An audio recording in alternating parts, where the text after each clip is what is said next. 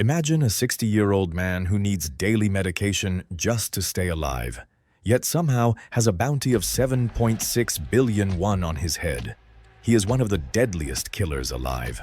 Countless people have died by his hand, and even elite mercenary squads avoid him out of pure fear.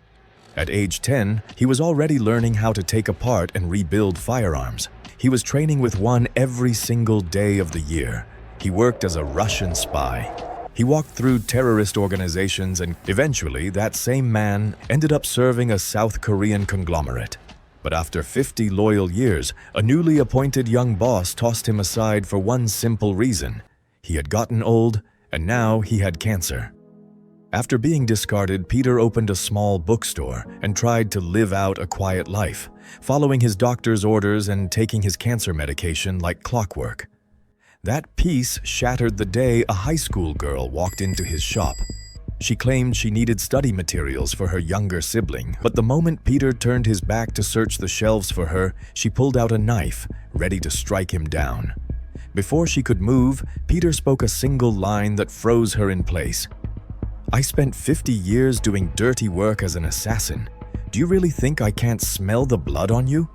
Just from that one look, the girl understood with total certainty that she, not Peter, was about to die.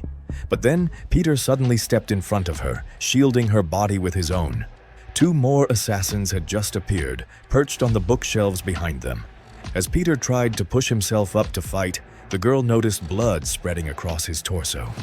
He managed to snatch up a gun and spun around, only to find the girl already in the grip of the two attackers. Peter wanted desperately to save her, but his body refused to obey him. That's when a tall man in a trench coat stepped forward, and he went by the codename Octopus. He approached slowly.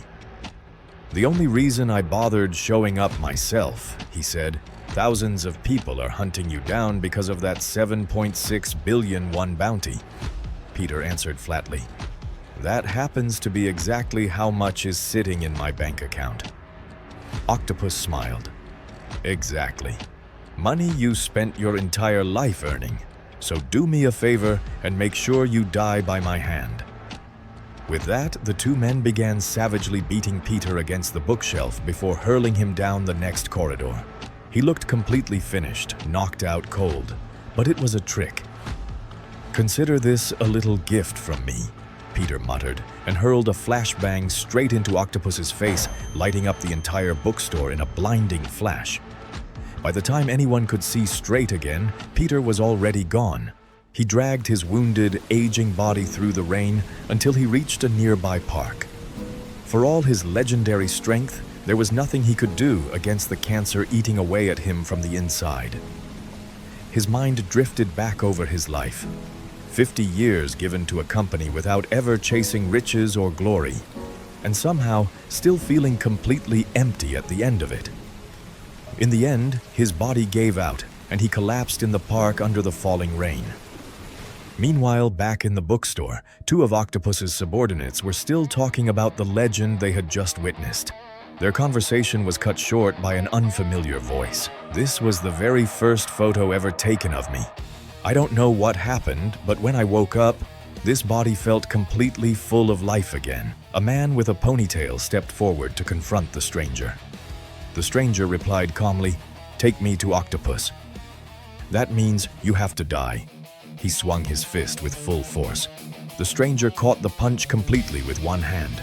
That same hand crushed the ponytailed man's fist. Behind him, the second subordinate lunged in with a knife, only to be stopped mid-air and hit with 5 rapid strikes before he even hit the ground. He picked up a long octopus tentacle lying nearby and held it like a weapon. Humiliated by the sight, the ponytailed man charged forward without thinking. In an instant, his knife was knocked away by a single whip of the tentacle, which then coiled tightly around his neck. With one powerful pull, the man was launched through the air and crashed directly into a massive pot of boiling soup with a violent splash. Both subordinates were taken down in only a few seconds. The stranger calmly walked over and picked up the old photograph from the floor. "Not a bad shot," he said, looking at it. "Such a shame that man is already dead." Because now a brand new Peter has returned. Not long after, Octopus returned to headquarters with the high school girl in tow. He knew a manhunt was about to be launched. He needed the girl's help tracking down where Peter had gone. The girl, who now saw Peter in a completely different light after he'd saved her life, had no real choice but to go along with Octopus's request. The very first thing Peter did after waking up young again was walk straight to a mirror and check his own body. He had taken a bullet straight to the abdomen. But now that wound was completely healed. The cancer that had been quietly killing him was simply gone. The old Peter that everyone was hunting might never be found again. But this new Peter could now do absolutely anything he wanted. Right then, in a restroom marked clearly with a no smoking sign, two elderly foreign men stood smoking without a care. Peter walked over and calmly pointed out, "This is a non-smoking area." The bigger of the two responded by slapping Peter across the face. "Get lost. I'm in a good mood, so I'm letting this go." Peter didn't react. Instead, he calmly walked over to the restroom door, and once everyone else had cleared out, he quietly locked it from the inside. These two needed a lesson in respecting their elders, Korean style. The big man had zero interest in any of that. In an instant, Peter struck him with a liver punch, while his left hand shot out at the same moment and crushed the man's throat. The big man dropped before he even understood what had happened. The second man froze in place and raised a knife, completely unaware he was standing in front of a master killer. He tried to threaten Peter with it, only for Peter to casually point out that he was even holding the knife wrong. When the man lunged forward anyway, Peter countered him so fast that the man was convinced he'd just been stabbed with his own blade.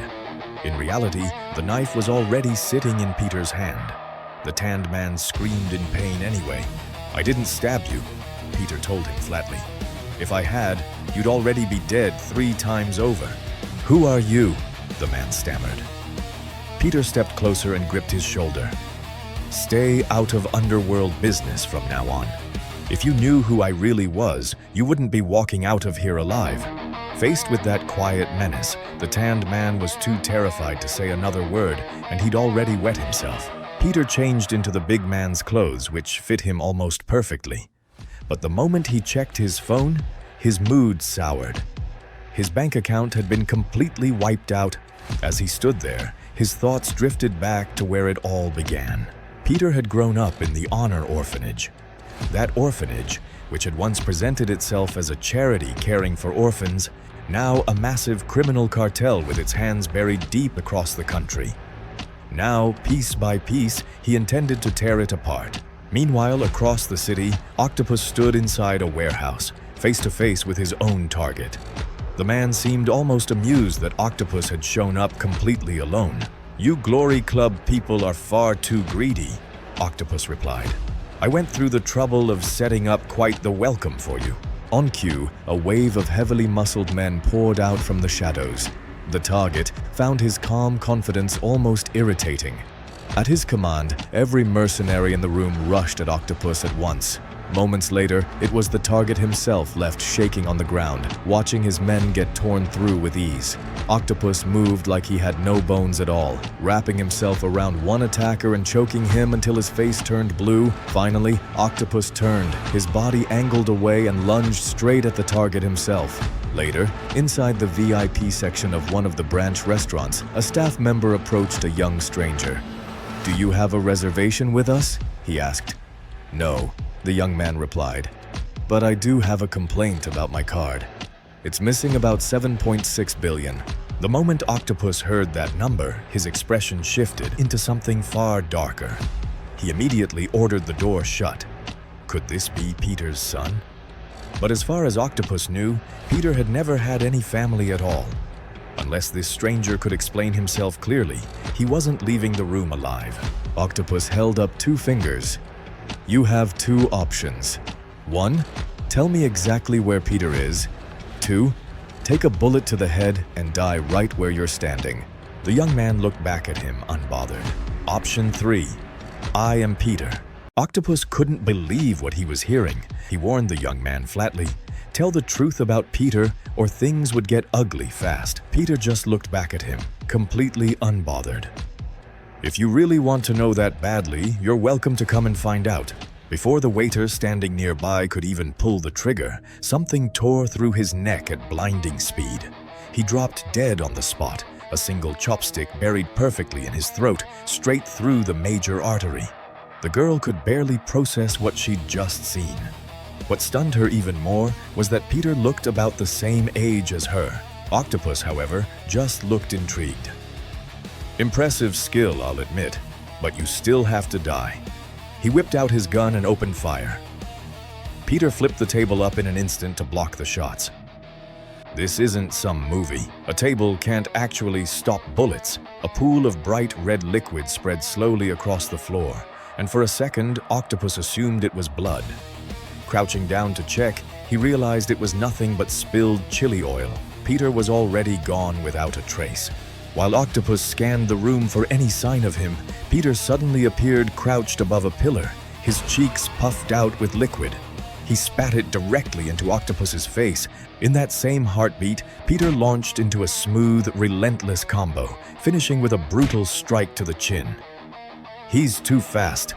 Octopus barely managed to think before Peter had already closed the distance, grabbed him, and snapped his neck a full 180 degrees. Octopus collapsed without ever landing a single hit of his own. Standing over his fallen body, Peter actually felt a flicker of pity. But then Octopus's eyes suddenly snapped wide open, dilated, his mind flashing back to a lesson from his youth. When facing an enemy stronger than you, strike the instant their guard drops. The do-or-die tactic. In a flash, he lunged and grabbed onto what he thought was Peter's leg, using his own extreme flexibility to lock the joint and grind it past its limit, the pressure building toward either a snapped bone or total suffocation. "You want to know how I've survived this long?" Octopus snarled. "Die!" But the next instant, he froze. Peter was standing right in front of him, completely unharmed. What Octopus actually had in his grip was the body of his own subordinate. His vision, still wrecked from the liquid Peter had spat at him, had tricked him into grabbing the wrong man entirely. In that moment, it hit Octopus just how far this stranger's skill went. Panicking, Octopus started begging for his life. He shoved the girl forward. "Take her. She's yours. Whatever you tell her to do, she'll do it," Peter answered simply. "Deal." Relieved, Octopus practically lit up and began backing away as fast as he could. That's when Peter spoke again. The do-or-die tactic. Octopus froze mid-step. The words hit Octopus like a memory he couldn't shake. As a child, he'd had a mentor who had drilled that exact same lesson into him. Now, looking at this young man's face, Octopus realized it was identical to his old mentor's. With that, he lunged at Octopus and turned his own signature technique back on him, twisting and contorting his body far past any natural limit. By the time Peter landed back on his feet, Octopus's body had been left completely broken in the air above him. Not long after, on the rooftop of a nearby building, a man delivered his report. "Octopus is dead," a voice on the other end replied. Now this is getting interesting.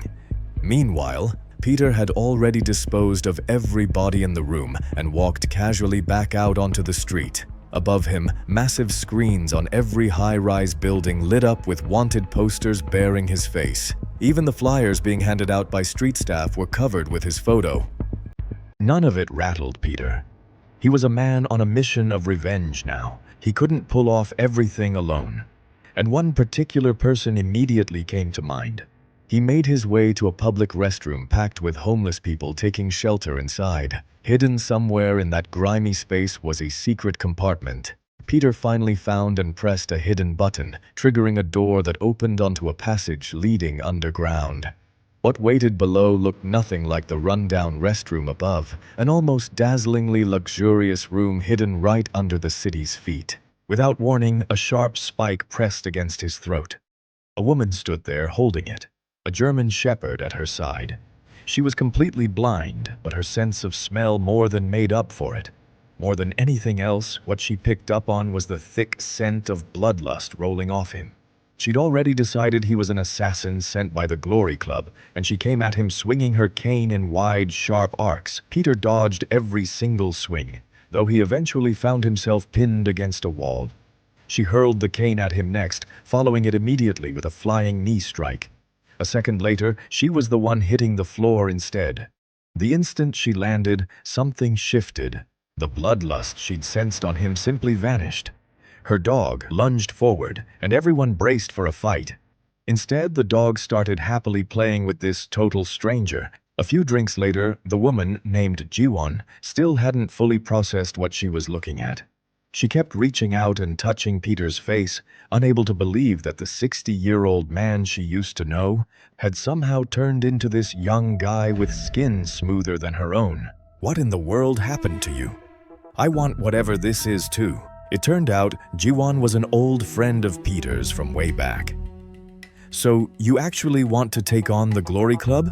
She asked. How exactly do you plan on doing that? I'm walking straight into the eye of the storm, Peter told her. A warrant was already out for his old identity, and he needed to learn everything he could about the organization. The only real way to do that was to become a killer working inside the Glory Club itself. At first, Jiwon thought the idea was ridiculous, but then something clicked. Nobody on Earth would recognize this younger version of Peter. If he played it right, he could slide straight into the organization. There was just one major problem. The old Peter had grown up there. This new, younger version of him hadn't, which made him an outsider with no path into their killer ranks. There was another way in, he said, Divine Honor High School. It looked like an ordinary private school, funded by the Glory Foundation. In reality, it was a training ground for killers, complete with its own dedicated killer class hidden behind the school's normal classes. All Peter had to do was enroll, get noticed in that killer class, and use it as his way into the organization. On his very first day at the new school, he was immediately swarmed by curious female classmates. Later, standing on the stage in the school gymnasium, he grabbed the microphone in front of every teacher and student in the building and introduced himself under a new name, Kim Sung-gu. Then he added one more line. I am a killer. This announcement shocked everyone. The whole point of that announcement was to get the school's senior leadership to notice him. Instead, the first person who came knocking was the school bully. Peter had unintentionally pulled in a crowd of female students, including a girl named Yejin, who happened to be the girlfriend of a guy named Jang Yisul. And Peter's sudden arrival had thrown everything off balance. Determined to settle the score, Jang Yisul swung a massive fist straight at him. Peter sidestepped it easily and countered. For one brief second, Jang Yisul felt true panic, but Peter pulled back at the very last moment, stopping just inches from his face, gave him a single sharp flick to the forehead. That alone was enough to drop Jang Yisul straight to his knees. A teacher came rushing over, grabbing Peter by the cheek. Come with me, you're on cleaning duty today. As they walked off together, someone else noticed Peter from across the hallway, the same girl who had once come into his bookstore. Later at lunch, Peter walked right up and sat down beside her. She insisted she had no appetite. Looking at the absolute mountain of food piled in front of her, Peter couldn't help thinking that was a strange way to describe no appetite. Even though she clearly didn't want to talk to him, she let him stay. The truth was, he'd let her live on one condition. She had to tell the organization that everything that happened was the work of the old man from the photograph. She couldn't understand why he was still seeking her out now. I'm not here because of you specifically. This is just a coincidence. But honestly, you can help me with something since we're already in the same boat together. I'll be counting on you, Lee Yuna. She went completely still. How did he know her real name? By the time she snapped out of it, Peter had already walked away. From there, Peter's time at school turned into one impressive moment after another. He effortlessly outran the fastest runner at Divine Honor High School. During the vision exam, his results came back at a near-perfect 6.0. In cooking class, the teacher gently warned him to watch his fingers around the knife, completely unaware that this was a man who'd been handling blades since he was 10 years old. Carving an apple was nothing to him. Elsewhere on campus, a teacher was loudly scolding 3 students for skipping their cleaning duties to smoke. The students had zero respect for his authority. They shoved him to the ground and warned him to back off if he wanted to keep his job. Just then, Peter happened to be walking by carrying out the trash, and he saw exactly what was happening. Did you just hit the teacher? One of the three, showing absolutely no shame, spat directly at Peter and told him to walk away if he didn't want to get hurt. Peter didn't even flinch. When the guy swung at him, Peter dodged every single punch with ease, then swept his leg out from under him. Behind him, another one of the students charged in swinging a brick. The brick shattered into dust the moment it made contact with Peter's strike. All three were completely beaten down, dropping to their knees and begging for mercy before bolting, leaving even a phone behind in their rush to escape. The teacher suddenly aimed a kick at Peter, who blocked it without any effort at all. Rather than getting upset, the teacher actually smiled. Throughout the entire fight, the paper cup of coffee in Peter's hand hadn't spilled a single drop. He asked Peter directly why he'd learned to fight like that. Peter answered honestly. He was after revenge because he'd lost everything that ever mattered to him. The teacher studied him for a moment. Kim Sungu, have you ever thought about joining our volunteering club? This teacher was actually a killer instructor working for the Glory Club, and he'd been quietly watching Peter the entire time. He led Peter down a quiet corridor. Under the name Kim Sungu, Peter had just successfully slipped his way into the enemy's ranks. He's a new volunteer who'll be working with us starting today. Lee Yuna's head snapped up in disbelief. Peter somehow had turned up here too. I'm Kim Sungu, he said simply. Thanks for the warm welcome. Looking around the room though, almost nobody here actually looked like a killer, except for the two standing right in front of him. One was Doko Hyung, known across the school for his speed.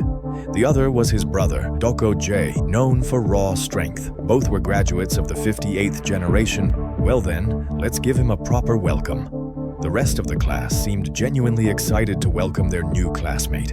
The Doko brothers, on the other hand, stepped forward with an entirely different kind of welcome in mind. Lee Yuna jumped in right away, trying to keep the peace. Doko Jae simply shoved her aside and told her to stay out of it. Doko Hyung and Doko Jae lunged at Peter together. He handled both of them without the slightest strain. The two insisted this class wasn't meant for street thugs, but for training the kind of killer who could one day stand among the legends. Killers like the very first disciple of them all. They meant Peter. The three of them broke apart for a moment, and Peter calmly invited both brothers to come at him at once. Furious, they charged in together with everything they had. By the time the fight ended, the brothers were drenched in sweat and completely worn out. Their classmates gathered around, cheering them on. Walking the empty hallway alone, Peter heard a voice call out behind him. It was Lee Yuna. "Do you think this little volunteer club is beneath you?" she asked. Peter had no idea what she meant. She'd been watching closely the whole time. You never actually put any real power into your punches, and unlike them, you didn't even break a sweat. She pushed him back against the wall. "Why are you really here? What exactly are you planning?" Peter said nothing. After a beat, he simply slipped sideways out of her grip. "Sorry, it's lunchtime." The next day, the killer instructor was handed an urgent assignment. The request had come directly from chairman of the Daiha group. A string of teenage kidnappings had been hitting the city recently, and the chairman's only son had just become one of the victims. The job was simple on paper: rescue the boy and eliminate everyone responsible. The chairman wanted this handled his own way. On top of that, whichever group of students pulled off the mission successfully would receive an official volunteer certificate, meaning they would graduate into being recognized killers for real. "Raise your hand if you want in," the instructor said. Peter's hand went up immediately, with Lee Yuna's right alongside his. Doko Hyung and Doko Jae stepped forward with full confidence, ready to take on the job themselves. The teacher sent the group to investigate an amusement park, track down and secure the chairman's son, and take down whoever had taken him.